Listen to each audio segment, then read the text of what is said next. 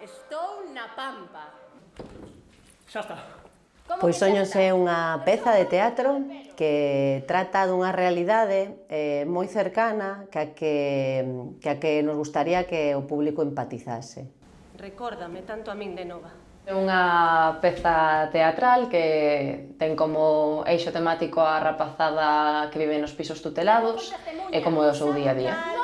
É un produto cultural, é dicir, é algo que se fai para o entretemento e ademais plantexa ou propón un elemento de sensibilización que penso que non é fácil atopalo en producións teatrais. Para min os procesos de creación de teatro son regalos da vida e ademais son sempre, bueno, ábrenche os ollos as realidades que non coñeces, un aprendizaxe e eso, é un agasallo.